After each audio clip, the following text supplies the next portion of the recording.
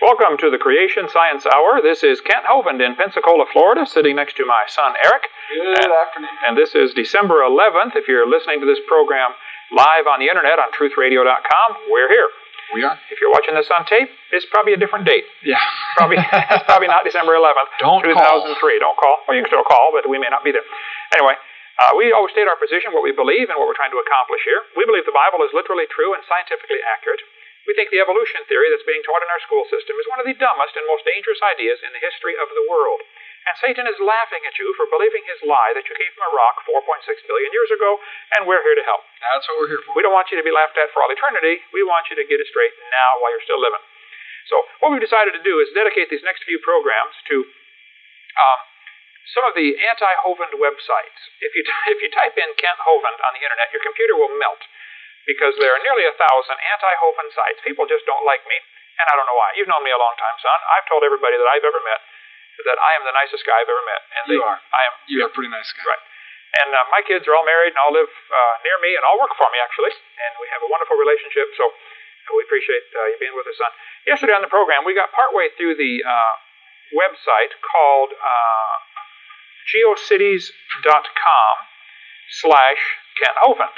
If you type in Kent Hovind, Hovind, up will come on the screen a whole list of nearly 1,000 websites, most of them anti-Hovind websites. The first one that comes up is our website, because, my name's in there quite a bit, apparently. Second thing that comes up is this one by a guy named Carl Mary Church in Australia. We did contact Carl Mary Church, though we're under no obligation to do so. I mean, he's had a public website of anti-Hovind for years up there, so Jonathan's been emailing him back and forth, and he complained today that, you didn't tell him this was a debate with Carl Mary Church. Well, it's not a debate. I'm simply responding to his website saying, look, you're accusing me of things that are simply not true, and you promised in your correspondence to correct the site. So we're going to take up where we left off. If you want to join us, get on the internet and go to, they can't get on 2 internet sites at once, can they, Jonathan? Yeah. Truthradio.com, if you're listening right now, if you'd like to join later, if you're watching the broadcast, or if you'd like to call in, we're going to be taking calls the second half of the show. First of all, we're going to go through and discuss some more of these things that Carl brings up in his website. The toll-free number to call, just so you know, you can write it down, is 877-479-3466, which spells out Dino. And that only works in the U.S. In the Otherwise, continental U.S. 850-479-DINO will get you from anywhere in the world. And you have to pay for that phone call. Sorry about that. And you got to do some kind of country code, 011-479-329-846, whatever you got to do. Figure it out. Do it. Give us a call. We'll be glad to take your calls. If you have AOL, you might want to join us. Our screen name is Dr. Dino Live. Dr. Dino Live, if you'd like to join us on AOL. And instant message your questions or comments in. We'll get those, and if it has to do with the show, we'll probably get a hold of it and talk about it. Sounds great. Okay, we're going to take up where we left off. We're on what amounted to the third line. When you go to his homepage at Carl Mary Church's, actually you type in geocities.com and /Kent Hovind. The third, we went through the introduction. We're talking about my $250,000 offer, which has been available for 10 or 12 years. Started off at $1,000 15 years ago, and now it's up to $250,000. Okay, we want some evidence for evolution. He's complaining about my offer. So we're on line 3, which starts off, created the life that exists in at least one of those planets from non-living matter, which was my statement. That's about halfway, or about a quarter of the way down the page, if you're checking it out for yourself. His response was, while present knowledge of molecular biology has not solved this riddle, it is interesting. Hovind said the following on the issue of accepting such a discovery as evidence for evolution. And he's quoting something I said at a university. And I said, I was at a university to speak to a group of hostile students who all believed in evolution. One of the students said, what would you say if they could make life in the laboratory? How about that? What would you say then? I said, well, that would prove that it takes intelligence to create life, wouldn't it? It would take a lot of design and intelligence. I'm not going to say they're not ever going to be able to do it, but if they did, it certainly would not prove evolution, it would prove creation. Well, Carl, precisely the point, okay? It would take intelligence to make life. How they missed that. And he says here, well, molecular biology has not solved the riddle. In other words, we don't know how life got started. Okay, well, Carl, this is my whole point.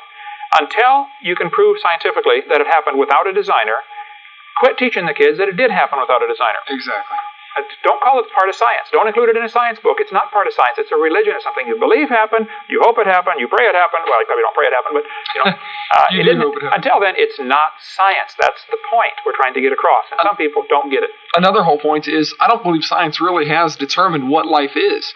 You can't take something that should be living and put life into that. We can't breathe the breath of life into anything. Or you can't take a frog and put it in a blender and blend it up, and you have all the molecules for a frog in one spot. Now, make it come alive. Put it together. That's a bad picture in my mind. Wow. Frog nog. Yeah. It's Christmas coming up, okay? That's true. Red and blue. Okay, number 4. I said in my website, cause the living creatures to be capable of and interested in reproducing themselves. And he writes, this is a straw man. It's almost tautologically obvious that organisms that wouldn't reproduce would not survive, and those that do reproduce will survive. An organism that doesn't reproduce is, by very definition, non-living. Well, this is not correct, okay? The definition, there are many organisms that do not reproduce, that cannot reproduce for whatever reason. There certainly are alive. I've met people that don't have any children, would like to, can't have any children, they're still alive. Yeah. So you're wrong about that, Carl. I'd change that sentence. Definitely need to take that out. Second half hour, we're going to take calls, or is it about this? Okay, we can take one here, but let's say the rest of the second half hour. We've got a bunch to cover here. Okay. Who? Josh. Okay, Josh, go ahead. Hello, I can barely hear you, Josh. I'm getting a ringing sound too. Now, we have a whole lot of equipment set up here, and 3 guys over here working on it. And according to evolution, complex things like this happen automatically. I lost the ringing sound, but I don't hear Josh anymore either. Okay, go ahead, Josh.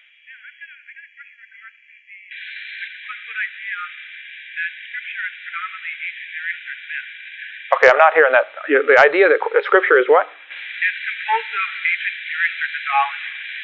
What's it? The actual question I have, I don't agree with it at all. However, I'm taking a course where the teacher's teaching it. One of the things that fascinates me is you got several tales like of Watchet and Inversnock, supposedly the enemies and characters of during the tree of life and so on and so forth. My question is, if Noah and his family would have repopulated the world, at one point when they were passing on the tales of Adam and Eve, would it have gotten to the point where we have the Egyptians actually coming up with these tales that were semi-perverted or entirely perverted, actually, the creation tale itself? Okay, well, let me give you the quick history of that. Moses edited the book of Genesis. He didn't actually write the book of Genesis. The book of Genesis was written by 10 different authors, all of them eyewitnesses. The phrase, these are the generations of, is the break point in Genesis where it breaks it up. You can tell who wrote the book. For instance, Genesis 2:4 says, these are the generations of the heavens and the earth. Genesis 5:1 says, these are the generations of Adam. Genesis 6:9 says, these are the generations of Noah. That's the break point. And the person is signing off, and apparently probably writing this on clay tablets, we would assume, baking them in the sun, and then handing it to the next generation who's going to carry on the tradition of keeping track of the holy records. Moses put them all together in the book of Genesis. Now, the truth of the matter is, Moses lived a long time after the flood, I think about 1,000 years after the flood. By then, a few other cultures had already written down their oral traditions of the flood. The Babylonians, the Sumerians, a couple others had already written down their oral tradition. The fact that they wrote it down first doesn't mean they have the right story or that it's accurate. They just were the first ones to put it on paper. And there are some serious perversions in there. But there are also some very obvious seeds of truth, because you can see it rings true with Genesis. That there was a time when people lived to be nearly 1,000. That's in the ancient stories. There was a worldwide flood. That's in hundreds and hundreds of ancient stories. So I think some people confuse it, and they say, well, Moses must have copied from the Babylonians because the Babylonians wrote it down first. No, Moses had the original tablets. He had the actual story. The other ones had many generations old legend that they were writing down. They didn't have the actual story, so it's obvious theirs would be perverted and Moses would be correct. Another important thing to note is that the people, the length that they were living at that time, obviously after the flood, their lifespans dropped off suddenly and greatly. However, before the flood, they were living to be over 900 years old. Therefore, the story isn't passed just to the next generation.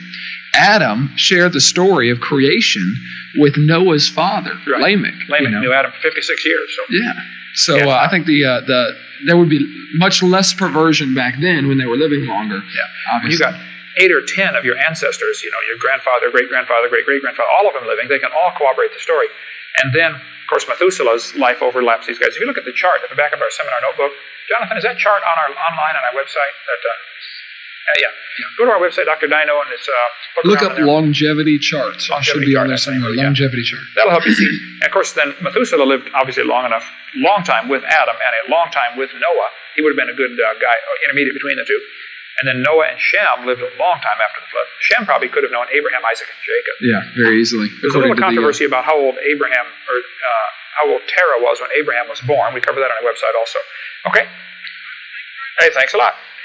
All right, you call it. Okay, let's get back to the topic here of the anti-Hovind websites. We're going to try to cover this, and any editors of these sites, which we're going to go through slowly here over the next 400 years, are welcome to call in and defend their position if I'm wrong. So what Mary Church is saying here on his site, geocities.com/Kent is saying that organisms that don't reproduce would not survive. Well, he's missing the point of my question. The question was, this evolution theory is supposedly what's responsible for causing creatures to be capable of and interested in reproducing themselves. Reproduction is a very, very complex system. Complex. The chances of it evolving are zero. Capable of reproduction is a major obstacle evolution has to overcome. Interested in is another one. Why would any animal want to reproduce more of its own kind? That's only going to create more mouths to feed. Why did none of the animals evolve the ability to live forever? That would have been smarter. That would have been a great one. You get the whole world to yourself, all the food you want, you live forever. Why would they want to produce more of their own kind to just increase competition? No. Evolution has no answer to that other than, I can say the scripture says that's how God designed it. And I believe that's true. That's my religion. I quickly admit that's my religion. The problem is the evolutionists don't admit theirs is that's theirs, exactly. We dealt with that yesterday on the program. A lady, Pamela, called in, and it's very difficult to see that evolution really is a religious belief. You must believe in it. You can't know it as fact. And I'm convinced Satan's laughing at these people for believing his dumb idea. But hey, it's working. He's loving it. Christ. Yeah. Okay, number 5 on the website. I said on my $250,000 offer that the evolution theory caused that first life form to spontaneously diversify into different forms of living things, such as plants and animals on the earth today, biological evolution. His response is, this is a straw man. Whenever there is replication of DNA, there are errors. Sexual reproduction also adds further combinations of variety. And it is upon this variations in populations that natural selection operates. This process is elegantly simple. He is still talking about microevolution here, isn't he? He's not getting it. Okay. So the theory says that complex life forms came from simpler life forms. There's no evidence of that. Right. There are people who believe in that. Well, great, you can believe whatever you want, but quit calling it science, okay? Exactly. What we see is dogs produce dogs. Roses produce roses. Farmers plant corn, they expect to get corn. And so far, that's all that's happened. Or to get nothing, maybe neither nothing grows or corn grows, that's for sure. Okay, he says this is a straw man. I think you're wrong, Carl. I take this section out of your website. He said, what Hovind is playing here with is the macro-micro loophole. In a footnote, Hovind states, when I use the word evolution, I'm not referring to minor variations. I don't want to read the whole thing. You can read that on the website yourself. Let me get his... But he's trying to say that micro and macroevolution are basically the same thing. It's just macroevolution is microevolution over a longer period of time is really what he's trying to come across with. He's saying, look, right. you can't divide these. They're the same thing. And we're saying we never see the macro. All we ever see is the micro. They're definitely different. They just don't get it. They assume and they hope and they think that micro would lead to macro, which is fine. Carl, you can believe that all you want. I don't care what you believe. But you just stepped outside of science and went to religion and didn't even see that you did that. Yeah, and that's the hard thing to see. And if we were to discuss it on the phone, Carl, if you were to call in, we'd be happy to discuss this with you. It's very easy to show microevolution. We can show that all day long. There's lots of evidence. But as soon as it goes to macroevolution, that's where you will never, ever be able to give evidence. No, they can believe it. And he says Lenny Frank has written a short essay on the issues of kinds and the use of the term by creationists. The Bible uses the word kind, and it's very simple. If you want to tell if it's the same kind, can it bring forth? It doesn't even have to bring forth an organism that will reproduce later. The horse and the zebra can bring forth a zorse. The horse and the ass can bring forth a mule. Now, generally, the mule is sterile. Jonathan, were you on the phone with me talking to the guy who had the mule? Blue Moon was the name of the mule. We talked to the guy. His mule was fertile. And, interesting. Had 2 of them. Yeah, had ended up with a brother later. The guy's still alive. He's like 80 years old. Where was he? Was that in Virginia? Wow. Occasionally, a mule is fertile. Okay, but it still doesn't matter. Even if the offspring is always sterile, the fact that the horse and the ass can cross proves they are originally the same kind, because those two did bring forth. I mean, you stand back and look at it, it looks basically like the same kind of animal. Four-wheel drive, genuine leather upholstery. They got it all. All the standard equipment. Okay, it's a horse, obviously. Now, by the same token, I would say the horse and the pine tree cannot reproduce. I would say those are definitely a different kind. Yeah. Now, see, that's why I've said many times, generally, a 5-year-old can tell you where the line is. Give a 5-year-old 100 different animals and say, which one of these are the same kind? Now, most evolutionists like to use the word species instead of kind. Right. That was Is there a good definition of species? No. A dog and a wolf are different species. However, they're infertile. They're infertile. They can still produce. Pretty much every definition of species they've come up with has fallen through, hasn't it? Right. And you can find a so it's a straw man argument. They're making up a term species and then claiming that we can create a new species. I'm not arguing species. Well, we're saying it's the same kind of animal. The same kind of animal, right. So that's another, if you're listening and you're discussing evolution with somebody, that's another tactic that they'll like to use. Look, we created a brand new species here.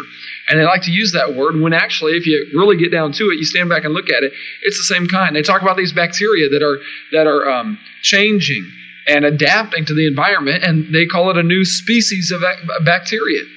Stand back and look at it. What is it? It's a bacteria. It's still a bacteria and has a loss of information, not a gain. We'll get into that a little bit on video 4. Yeah. Let me skip a few paragraphs here. I don't want to read this whole thing and take 600 years on just this one website, because there are thousands of websites, or maybe hundreds of websites to go. I've skipped down to where it says in red print on his website what Hovind is not telling you about the offer here. Number 1, it says Hovind does not have the $250,000 prize money. He claims a rich friend does. Okay, Carl, this is correct. A rich friend of mine does. We don't. Nope. We don't. But he does. He does. He does. The rich friend. The offer is fine. So why would you have something like this in here? And I've said very clearly many times that this offer is sponsored by somebody else. Yeah. So this is unnecessary for you to take up valuable internet space with this trivial bit of information. Okay. Secondly, it says the committee remains anonymous. Even a selected challenger is not allowed to know their identities. Let me tell you why, Carl, okay? The first couple times, I think 2 people wrote in and gave me their evidence for evolution, which was dumb stuff. But I said, okay, I'll give it to the committee. I sent a copy to each, I sent a letter to each of the people on the committee and to the person who sent the information in, and I sent him all of their names and addresses and said they will respond to you. He spent the next year filling their mailbox and email box with pornography and with all kinds of evil email. And so I wrote them all there. I said, fellas, I apologize. We won't do that again. I will send you the information, and you can respond and give them your contact information if you'd like to. Yeah. These are busy men. These are trained scientists. I don't even know if they're creationists. All I know is they're experts in their field. So I sent them the information, and if you have some legitimate information on evolution, we want to see it. And we will send it to them. Just a couple, what was it, a week ago, 2 weeks ago? Yeah. Last week, a gentleman sent in. It was kind of ridiculous information, but hey, we're keeping to our word. We're sending it to the panel, and we're going to see what they say without any biased opinion. Right. And have they said anything yet on it? Have they commented on it? I wrote him a letter. I wrote the guy who sent the information in, the request for the $250,000, and I said, I suspect these guys are going to ignore you because they're not going to think you're serious, because what you sent in is basically dumb. Okay, I didn't say it that way, but it was basically dumb. It's always dumb. One guy, I was in Indiana one time. He came to the meeting and he said, I've got proof for evolution. I want your $250,000. I said, I don't have it with me, but what's your proof? He said, I'm working in the laboratory right now, and we've developed soybean plants that are resistant to frost. Totally new species. Wow. I said, man, that'll be handy. I mean, farmers need that. Some places they need that, I said, what'd you start with? He said, what do you mean? I said, well, did you start with nothing? Oh, no. Did you start with dirt? No. Started with soybean plants. Oh. And what do you have now? What do you got now? He said, a whole new species. Of what? Of what? Soybean plants. I said, sorry, you better go reread the offer. You don't get it, pal. So, should I bother sending that to these, these people on the committee that have lots of other things to do besides handle dumb questions like that? No, I think that's answered very simply in our simple seminar series that 4th graders can understand. Yeah, 4th graders are going to tell you, no, that's a simple variation. That's not evolution. Sorry, pal. Carl goes on and says, the committee is selected by Kent Hovind himself. Well, what would you like, Carl? Would you like to select the committee? Think about it, okay? All right, we'll take a break, folks. Join us after the break. Welcome back, folks, to the Creation Science Hour. This is segment number 2 of our three yes. total. Okay. Of Dr. Hovind Answers His Critics. Here we go, answering the critics that are out there trying to bash Kent Hovind any possible way. Here's the answers you've been looking for. Right. It's good to have my son, Eric, with me. He's been out speaking on creation 4.5 years and only got one debate. So maybe some of you folks are a little afraid to debate, me. Big wig. You can debate. You can take on the little guy. Take on the little guy. I think he can handle it just fine. Here in about 10 minutes, by the way, we're going to take calls. We'd like the calls to be related to Dr. Hovind's critics and some other criticisms that you might wonder about Dr. Hovind. To call, just feel free to call our toll-free number in the continental United States, which is 877-479-3466. 877-479-3466. If you have AOL Instant Messaging, you can use our screen name, Dr. Dino Live, and check it out and instant message us, Dr. Dino Live, DRDINO Live. I'm sitting here right now. Okay, at the rate we're going, it's going to take 1,000 years to get through just this one website. So we're going to skip a few things. If some of the stuff we skip bothers you, feel free to call in and mention on the program. I have nothing to hide that I know of. I wear clothes, but I'm trying to teach the truth. I think what we've done for years is just exactly that. Okay, we're analyzing the website, The Analysis of Kent Hovind by Carl Mary Church from Australia, and it's geocities.com/Kent Hovind if you type in on the internet. I'd like to point out that so far, nothing's held up, has it? Not in my opinion. I'm sure in his it has. I'm sure he's thinking, Hovind's wrong on all the stuff he said. He's lying, I'm right. Okay. Anyway, he gives some evidence about the committee. We're going to skip a few things here for sake of time. But I'm on the third section of his site, which was called the $250,000 offer. All right. I mention in mine, if you're convinced that evolution is an indisputable fact, may I suggest you offer $250,000 for any empirical or historical evidence against the general theory of evolution. This might include the following, and I go through and give a bunch here. Number one, that the Earth is not billions of years old. And he says, for the demolition of every young Earth proof, Kent Hovind has suggested. See, this website. Referring to, I forget the guy's name now, that has Dave Madsen, who has how good are Kent Hovind's young Earth proofs. We'll get into that later, in probably 20 programs from now. But I still am willing to defend myself on any of those issues, and we can here. So, no, I think it's pretty obvious to the trained scientific eye that the Earth cannot be billions of years old for lots of scientific reasons. And he says, number two, it's a straw man. No definition of kind has ever been given by Hovind. Carl, you're simply mistaken or you're lying. I've given it many times. If they can bring forth, they're the same kind. Exactly. Or is it better to say the original animals that were able to bring forth?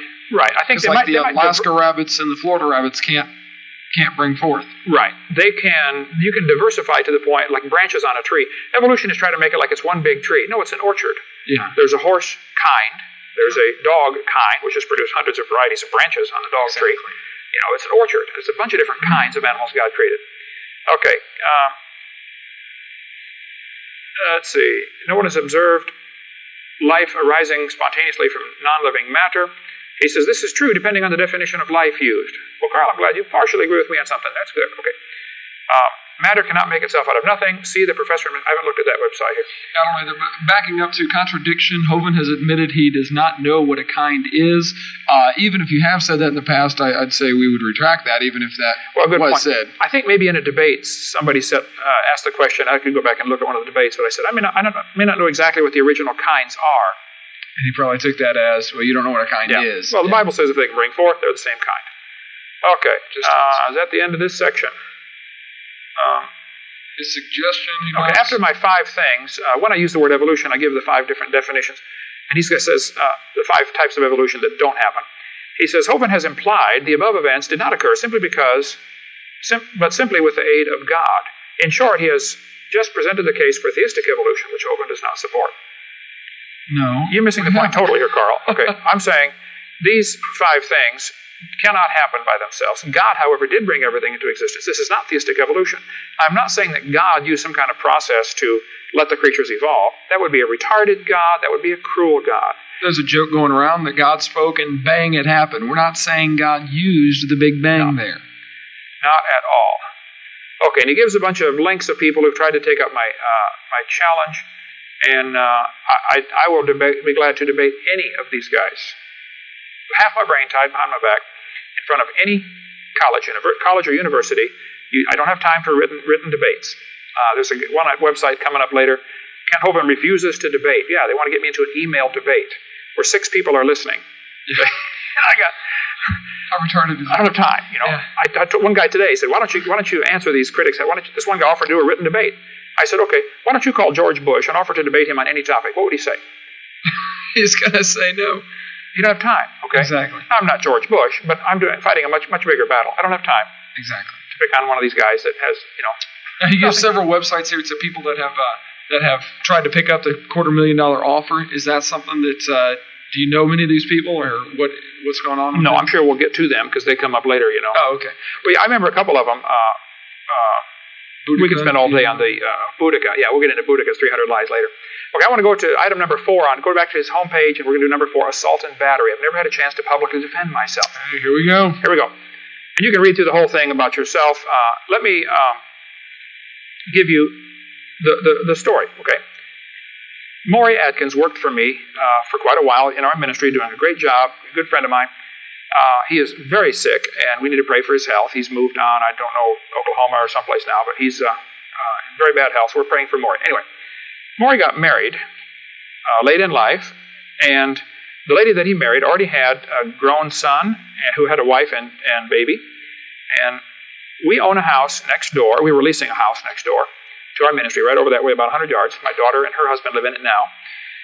And Maury was there. He got married. Of course, his wife moved in with him. And then he came a couple weeks later and said, "Hey, my wife's grown son doesn't have a job, and I would like to come down and live here." So we arranged to get the trailer over there. Jonathan, where you're living in that trailer. They were going to come live in there. Air conditioner was broke. It was hot. So we said, "Here, you stay there for a couple of weeks until we get the trailer fixed." We got the trailer fixed. They never did move in. Ended up staying there in that little 2-bedroom house, all 5 of them, for 7 of them. long time. Kids and everything. 5. 2 girls. And 7 and 2 girls, that's right.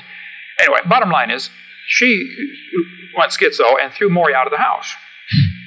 And so, family, they broke up. Okay. Maury called me from someplace, Tallahassee or something, said, "Brother Hovind, I just talked to Trudy. She would like me to give her some money so she can move." I said, "Okay." I went downtown. I drove all over around where the Christian school where her 2 kids were going, the 5 and 8-year-old, whatever they were.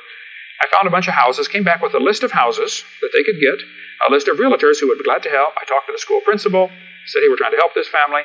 I walked over there with $500 and this list on my clipboard of people that would like to rent them a house. I said, "Trudy, Maury would like you to sign a receipt." I'm standing there half in the door, and she said, "I'm not signing a receipt." I said, "Trudy, we got a problem here. This is my house. It's rented to Maury. You threw the renter out. You have a problem, Trudy, and I'm trying to help. I'm your friend. I want to be your friend." She said, "You're not my friend." I said, "Look, I'm your friend. I've never hurt you in any way. Your kids love coming over here. We've been friends for a couple of months here now. Let's get this straight." Bottom line is, her 320-some-pound son came. When she tried to slam the door on me, I pushed the door back. I said, "Trudy, wait a minute. Let's get this resolved." "Okay, hold it. We got to get this fixed. How can I help?" Her 300-pound son came running across the kitchen and grabbed me, dragged me across the porch, which is about 8 or 10 feet wide, threw me down the steps, broke my rib, and cut my thigh. I, dazed, laid there on the front yard, and I called Maury. "Hey, Maury, it didn't work. I tried to give him some money." She didn't want the money. She wanted the money. She didn't want to sign a receipt. "What do I do?" He said, "Call the police. Get that guy arrested." He said, "They've been in trouble before with the police." I said, "Okay." I called the police. Meanwhile, they called the police. Now, Escambia County has kind of an unwritten rule. If there's a domestic disturbance, whoever calls first is probably innocent. So their call beat me to the police station. I came back over here, got to work, forget about it, but I came over here and did other things for a half hour. When I finally saw the police arrive over there, I was finished a couple phone calls I was on. I went over there to say, "Okay, that's the guy right there, the big guy sitting on the steps, he threw me down the steps, hurt my side, found out later my rib was broken. Arrest him." Police didn't want to hear a thing I had to say. Oh, not at all. They had me handcuffed and ready to spray me with mace and threw me in the back of the car. He didn't want to hear a thing I had to say. And he had a mace can out. I said, "What are you doing? I'm the innocent victim here. I didn't touch anybody." Didn't matter. Threw me in the back of the car. Okay, here I'm in the back of this sweltering police car in July, got the big glass screen in front of me with a little tiny window, a little bit of air conditioning come through there. I'm leaned out, trying to survive. Sweat rolling off me. I hollered at I saw the policeman putting you in handcuffs. Yeah. So I ran over there. You ran over, my what wife in the ran over, world is Marlissa going ran on? over, Paul came over. Anyway, what's going on? Bottom line is, the whole case was dropped. There was never any evidence. I didn't assault and batter anybody, okay? And you wouldn't. I wouldn't. You've been in my care for a long time. Yeah, I've done just enough. spank you a few times. I've done enough things that would warrant assault and battery, but I've never gotten that. Sure. So, Carl, this whole section needs to be removed from your site. You're either confused about the facts or you're deliberately lying, okay? Yeah. Plus, it's a straw man. This is unrelated to the creation evolution issue. Even if I was guilty of assault and battery, which I'm not, it wouldn't matter, okay? It's an ad hominem attack, isn't it? It's an ad hominem attack, okay? That's the first sign you're losing a debate, by the way. Yeah, right. You don't want to do that. I wrote, a friend of mine, it had cost me $3,500 to defend myself with a lawyer friend of mine, to defend myself against a false charge. When it came time for court, we walked into court, and the prosecuting attorney just walks up and says, "Null pros," whatever that means in Latin. We're not going to prosecute. Yeah. Now that they've made you spend Now that they wasted a bunch of my money and time and embarrassment, articles all over the paper and articles all over the internet over something that didn't happen. Yeah.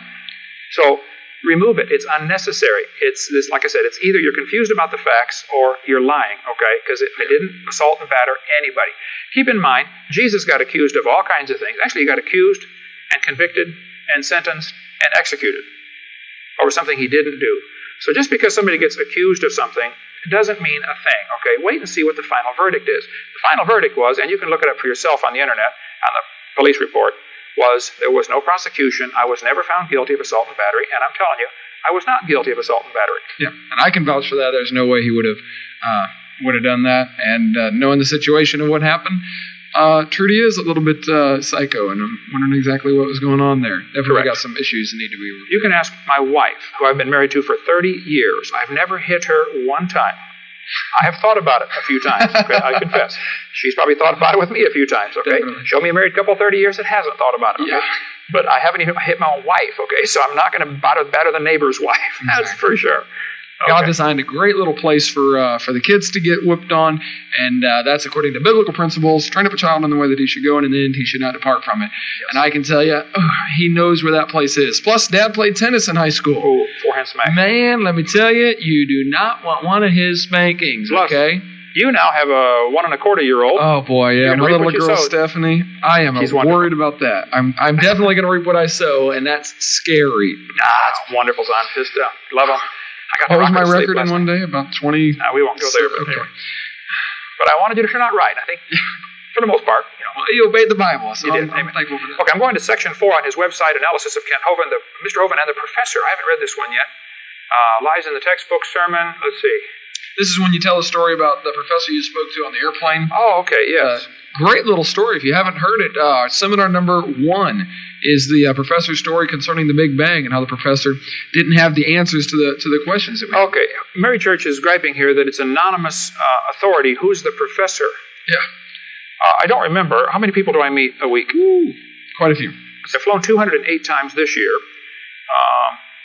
I don't remember who the professor was. Bottom line is, it doesn't matter. What difference would this make? Okay. He's trying to make a point. He's not out of the ball here. He's doing what's called filibuster. You know, let's talk a whole bunch and distract people from the real story. The story is true. The professor did say he believed in the Big Bang. I can find you 100 other professors who will say the same thing if you'd like, Carl. I mean, go visit a university. They'll tell you the same thing. They do believe in the Big Bang. And we did ask him about stuff, spinning backwards, and he didn't have an answer for that. And it is a valid, legitimate story. Very good story. Okay, and he says, who's the professor? What's his area of study? Cosmology or maybe economics? Berkeley has more than 130 academic departments. That's a whole other amazing thing is how very quickly the evolutionists will defend something, and soon as they need a way out, they'll just say that's not my area of expertise. They'll talk about it with you, but as soon as you trap them, you'd have to go talk to Professor so and so about that. That's not my field. I covered that on video 4. Evolution's a shell game. It really is. They got the 3 cups and the pea under them, and they're moving around trying to keep. The evolutionist, the biologist thinks, well, the botanist has the evidence. The botanist thinks, the geologist has the evidence. There's no pea under any of them. That's the green kind, okay? Just to let you know. The green little round ones? Okay. Yeah. Okay. There is no evidence for evolution whatsoever. They're all thinking somebody else has it, and nobody has it. That's exactly right. Okay, he says here, I'm telling the story about the professor. So he says, belief, small b, as a concept of science is not the same as belief, big B, as a theological position. This is where you're wrong, Carl. you do have to believe, theologically, you have to believe religiously that evolution happened. And I don't know why you're not seeing it, and many others don't see it either or don't want to admit it. But however many do at the same time, many of you out there listening right now can very easily see that evolution is a religious worldview, that it is not part of science. We looked up science in the dictionary yesterday. Evolution has nothing to do, at least the first 5, have nothing whatsoever to do with science. They do not go by the scientific method. If you really want to call yourself a scientist, really want to go according to the scientific method, let's examine evolution closely, and it's very easy to see it doesn't fit science or the scientific Where's method. the observation?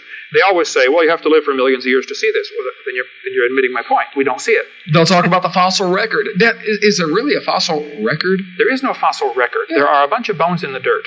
That's not a record, is It's it? not a record. There's Yeah. a bunch of bones in the dirt. Okay. Now, they're interpreting that to be a fossil record, and then they base their theory on their interpretation and say, see, our theory is true because it matches our interpretation. Whoa, duh. Yeah. Talk about a circular reason. Yeah. A couple of more here, and we'll take some calls here. Or it goes some AOL instant message. We got 2 more minutes till the break, so we'll cover a little bit more here. Then the last 20 minutes we'll take. Okay, he's still referring to my story on the airplane that I covered in my seminar. And I said, tell me, sir, if you believe in evolution, how did the world get here? And the professor said, well, it came from the Big Bang. And Carl writes in, straw man, there were a lot of steps after that. Okay, you're missing the point. Okay, we did come. I was debating Pigliucci. Yeah. That one up in Knoxville, Tennessee. And I kept asking him, I showed him what the textbook says. 4.6 billion years ago, the Earth cooled down, developed a hard rocky crust. Then it rained on the rocks for millions of years, turned them into soup, and the soup came alive. Basically, I can show you that 50 textbook right over my That's head. the simplicity, simple view of evolution. Precisely what the book teaches, but they teach it over 30 pages, so the kid doesn't get this shortened version of it because they laugh at it. And we got the book right there if you don't believe me. So I kept asking Pigliucci. It teaches at UT Knoxville, University of Tennessee, Knoxville. I said, Dr. Pigliucci, do you believe you came from a rock? He avoided the question about, 5 times, I think. Finally, he got angry. He said, would you quit asking that question? I said, I just want an answer. Just, ignore time. I'm going to give you billions of years. Do you think we came from a rock? He said, well, not directly. Okay. Thank you. Join us after the break, folks. We came from a rock. After the break. Stay with us.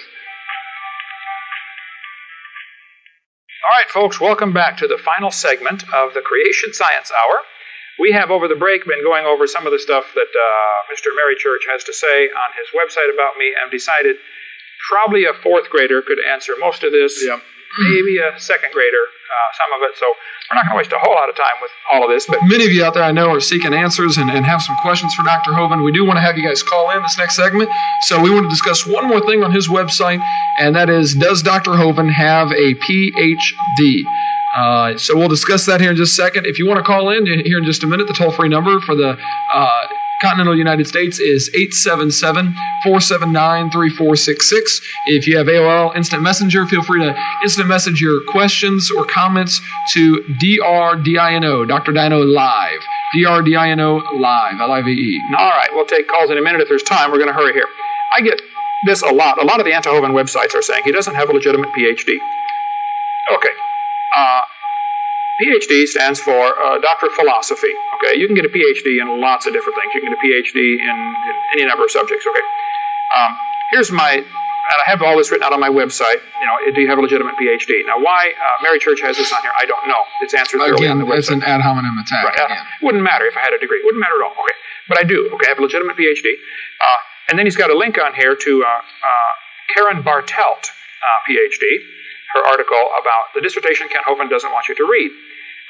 I debated Karen Bartelt on the radio years ago in Morton, Illinois, and then she agreed. She teaches at Eureka College in Eureka, Illinois, not far from where I was brought up, and she teaches evolutionary biology or something like that. Okay, so I had a standing offer to debate her anytime, and because she had written all kinds of things on the internet about me, and she still has stuff on the internet about me, Karen Bartelt. So finally I debated her at the Universalist Unitarian Church in Peoria, Illinois. And what debate number is that? Do you remember, Jonathan? It's either 8 or 9, maybe? 7, 6, 7, 8, 9. It's on my website. 9, yeah. Go to our debate. It's one of the debates I did with Karen. And you can see for yourself why she's probably not going to debate me again. Now, Karen, if you're listening, I'll be glad to debate you anytime. Okay? My brother lives there in Peoria. I'll fly at my expense and debate you in front of your university, you and any number of professors you can get to back you up.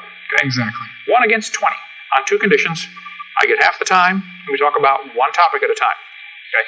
If you do watch that debate, or if you've seen it, if you're listening and you've seen it, you know that was a easily to say that was a slaughterhouse. Man, well, her whole thing was ad hominem attacks, attacking me personally. I want to stick with the subject, okay? I don't mind the personal attacks. I can handle it. We're doing some here. But I love it because, Dad, you went through and you just said, when she got done with all of these attacks, you said, okay, throw the PhD out the window, throw everything you want at me. I'm a bad person if you want. Okay, now, what about creation versus evolution? Right. Let's get to the subject at hand. Call me Bubba, call me Hey You. Now, okay. I do have a PhD from Patriot University, which is a small, non-accredited Christian university in Colorado. It was at Hilltop Baptist Church. Their number is 719-597-7512. You can contact them and ask them if this story is true. About 3 people a year got a PhD through Patriot University, got a doctorate degree of some kind. About 25 people a year got lower degrees, bachelor's or doctorate. They offer distance learning, which thousands of universities do, okay? You can get many degrees from universities all over the world. I was up at Rutgers University, and I went and saw their department to get a degree in, I forget what it was, some subject. It was a closet converted to a desk and a person, and this is where they handle the correspondence from people doing their correspondence to get a degree. Yeah, you don't need anything major when it's only correspondence. Right. So. Now, so I mentioned that my PhD is from Patriot. Patriot, then after I got my PhD years later, moved to a different church. It's a Christian university out in the hills of Colorado someplace. And right next to the church is a parsonage. Well, somebody went by and took a picture of the parsonage, which has the same address. Oh, Dan, you have the PhD. Yes, we do have an official PhD here. There we go. I'd like to show that to everybody. You're going to have to get this video if you'd like to see it. Here is the official PhD. We were using holding it right now. The post-hole digger. Post-hole digger. We got one right here. Just using it. So we got 2 of these actually, plus the doctorate of philosophy. That makes a total of 3.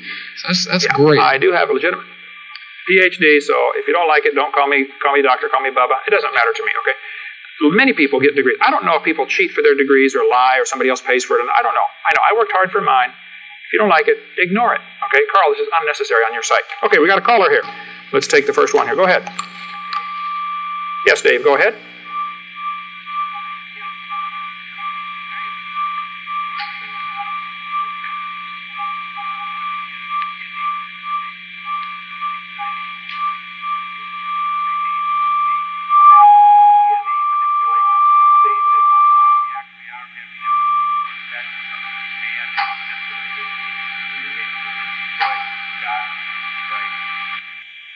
Yeah, his question is, what about DNA manipulation, which scientists are doing now, manipulating the DNA and right. Is it good or bad, or there's no question they can do it.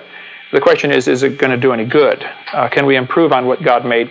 And are there any dangers involved? I think they took some genes from a firefly or something that glows and put it into a monkey, and made a glow-in-the-dark monkey or something. Well, that's real handy, Yeah. The hawk is going through the jungle in the middle of the night. Where's that monkey? Oh, there he is. There it is. It's not anything going to increase survival value. I am very nervous. I don't think man knows near enough about the genetic code to be messing with it like that, okay? I think, it's going to be one of those cases where they create a monster that is now, they can create a new bacteria for which there is no antidote, They're going to create a plague. Could happen. I'm not against this kind of research. I'm just saying I think modern man is in first grade or kindergarten compared to where we need to be in our understanding of the DNA, the most complex molecule in the universe. We're nowhere close to being able to mess with this. Another whole way to look at it is some people are going to say, well, they've rearranged this DNA. Doesn't that prove evolution? Look what they've made now. Would that prove evolution? Well, what they've done, they've got things like the giant strawberries, It's called polyploidy. It's a doubling of the information. There's no new information. Exactly. Same number of chromosomes, doubled, okay? I have one more point I want to make about the degree, though.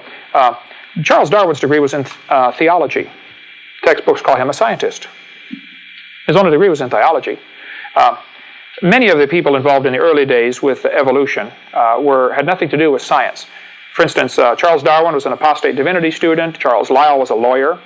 William Smith was a surveyor. James Hutton was an agriculturist. John Playfair was a mathematician. Robert Chambers was a journalist. Russell Wallace had little formal education of any kind, except a little apprentice in surveying. Thomas Huxley had an indifferent education in medicine. Herbert Spencer received practically no formal education except some practical experience in railroad engineering. Thomas Malthus was a theologian and an economist. Erasmus Darwin was a medical doctor and a poet. All these guys are the big names in evolution back in the early 1800s. So you don't have to have a doctor's degree in anything. So I do cover that on our website. Would appreciate the answer, but Carl, I would say you need to take that off your site. Got a couple of AOL instant messages here. This is from Doug in New York. Hey, Doug. His roommate Dave is with him, so hey, Dave. Hi, Dave. He says he's got a question. In the book of Job, God spoke to Job asking, where were you when the stars sang to the earth? And also in Psalms, where another verse about stars singing. Do you think at one time the firmament was able to pick up frequencies and resonate them to make the beautiful sounds God spoke of? I do, but I couldn't prove it. It does talk in those passages about the stars singing together. Carl Baugh probably has the best research I've seen on that. He thinks the canopy that used to protect the earth, mentioned in Genesis 1, 6, and 7, and mentioned in 2 Peter 3, about the water, the earth was in the water and out of the water. I suspect, and Carl Baugh thinks, it's probably a canopy of ice, 10 or 20 inches, I don't know, whatever it takes, act as a barrier, a greenhouse effect to filter out the radiation, increase air pressure. He says it was probably super frozen hydrogen, oxygen, because hydrogen and oxygen molecules, 105-degree angle like Mickey Mouse ears on the oxygen molecule, the two hydrogens. When it freezes, it locks itself into a matrix that expands 12%. This 12% expansion is why ice floats instead of sinks. You goofing off over there, son? Yeah, I've just got a call there. Got a meeting later. Yeah, okay. Yeah. As you keep getting it colder and colder, however, it starts to recrystallize again and reform apparently a new substance. It's still ice, but it's super cold ice. And Carl Baugh says it laminates into hydrogen, oxygen, hydrogen, oxygen. And now it becomes malleable, where you can hit it with a hammer and it won't shatter. Instead, it flattens out like lead or gold. We're talking like super cold temperatures, 400 below zero Fahrenheit. Even down close to absolute zero, 459.6 for you technical folks, or negative 273 Kelvin, Celsius, or 0 degrees Kelvin. So, or there's another fourth temperature scale, but I don't remember. It doesn't matter. Okay, doesn't matter. The fact is, at low temperatures, ice behaves strangely, and it may indeed have resonated or changed the radio waves. No question, stars put off radio signals. There are radio telescopes to listen to that. Is that a frequency, though, that we can hear? Bottom line is we don't know. Well, you can't hear the frequency coming from the radio station now, unless you get a tuner to adjust it. You can get a radio. So it could have worked, it could not have. We don't know. The radio changes a electromagnetic frequency into something you can hear, an audio frequency. So I don't know. I think so, though. Lord Has Risen, 2003. Can you please explain, that's who that's from, can you please explain where the idea for a pre-Adamic race came from, and why do many preachers still go along with the gap theory, even though it does not hold water to the Word of God? The theory came from the devil, who wants people to believe the Bible is not literally true. Yeah. He wants us to think there was death before Adam got here. The Bible says clearly in 1 Corinthians 15 and in Romans 5, man brought death into the world. The pre-Adamic race idea says there were people here before Adam. They died when Satan fell from heaven. The whole theory is baloney. We cover that in great detail on videotape number 2, or on a little book that we wrote called The Gap Theory. Yep. This is, let's see, here, whatever that is. Some of them have really hard names to pronounce. Yeah, no, okay. I wonder where some of these people came up with these screen names. This is crazy. If it is true that the moon was around 1 million years ago, the distance difference would be irrelevant. That's what he writes in. See if you can make sense of that. If it is true. By the way, while Dad's checking that out, if you got an AOL Instant Messenger, we got about, or you want to call, we got about 3 or 4 minutes, or 3 minutes remaining. Feel free to call at 877-479-3466. If you would like to AOL Instant Message us, it's Dr. Dino Live is the screen name. Okay. This fellow says, whoever, hero of time, if it is true that the moon was around 1 million years ago, the distance difference would be irrelevant. Not true. See, the moon is leaving us about 3 inches a year. Yeah. So if you go back 1 million years, it was closer. Probably not enough to make a big difference. You go back 1 billion years, now you got a problem. Yeah. Now, we don't know if it's logarithmic or geometric or lineal, the progression as it leaves, but probably geometric. Bottom line is, it is leaving, isn't it? It is leaving, which means it used to be closer. You bring the moon in closer, you get a problem because the moon causes the tides. Okay. We're in Pensacola, 6 miles from the beach. Here you worry about the tides. If hurricanes hit during high tide, you got a problem. Yeah. Hurricanes hit anytime, you got a problem, but you get a worse problem if it's high tide. So bringing the moon in closer makes the tides higher, which creates a real problem. It's going to wash the beach clear back to Chicago.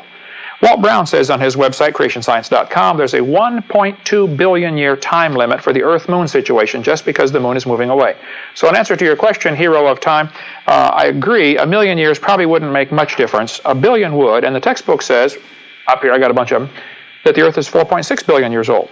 And the moon's 4.6. Scientifically, impossible. Yeah. Can't be true. They're lying to you. No, Or really, they're I mean, confused. Okay. if you go back 1.2 billion years, the tides would cause everything on Earth to drown twice a day. Normally, most people can only drown Once a day. Yeah. That's usually the limit. That's the limit. Okay, tomorrow we're going to be dealing with more of the website. What we're going to do for sake of time, so I'm going to try to get some time tomorrow and synthesize, just pick a few of the key questions off of Carl Mary Church's website, geocities.com/Kent Hovind. He's got stuff about Patriot University, quacky quotes, show me the money, liar, liar, pants on fire. I'll go through and try to pick out a few of the ones that are worth dealing with. Some are simply not worth dealing with. Sorry, Carl. So, Carl, you've been invited to call in or write into the show. If any of you folks want to go through some of these anti-Hovind websites and pick out some of the key things that really bother you, AOL Instant Message us to Dr. Dino Live, our screen name, or go to drdino.com and go to the Creation Science Hour, and you can AOL Instant Message that way. I've never sent an AOL Instant Message and don't know how to do it. Wouldn't know how either. Most important part of the program, though, is letting folks know Jesus loves you. Yeah. Even you folks that believe in evolution. Even though you're calling God a liar, He still loves you. Still willing to forgive you. Okay? You're a sinner. I'm a sinner. Actually, I've committed the worst sin in the world. Yeah. The Bible says you're supposed to love the Lord your God with all your heart, with all your mind, with all your soul, with all your strength. Jesus said that's the first and great commandment. I haven't always done that. So to break the greatest commandment would be the greatest sin. Yeah, it would. I've broken it. And so you may have done something, minor, like, murder or something like that. Adultery, fornication, you name it. I've done a lot worse than that, and Jesus forgave me. And He'll forgive you. He loves you. He wants to forgive you and save you. 35 years ago, in February, it'll be my 35th anniversary as a Christian, I gave my heart to the Lord. I said, Lord, I'm a sinner. Would you forgive me and save me? And He did. And you did that years ago. Ask the Lord to forgive you. And that's what God wants from you, too. Exactly. He wants you to ask Him to forgive you and save you. It's wonderful. So go to our website, how to get saved, drdino.com. Tune in tomorrow, folks. Join us then.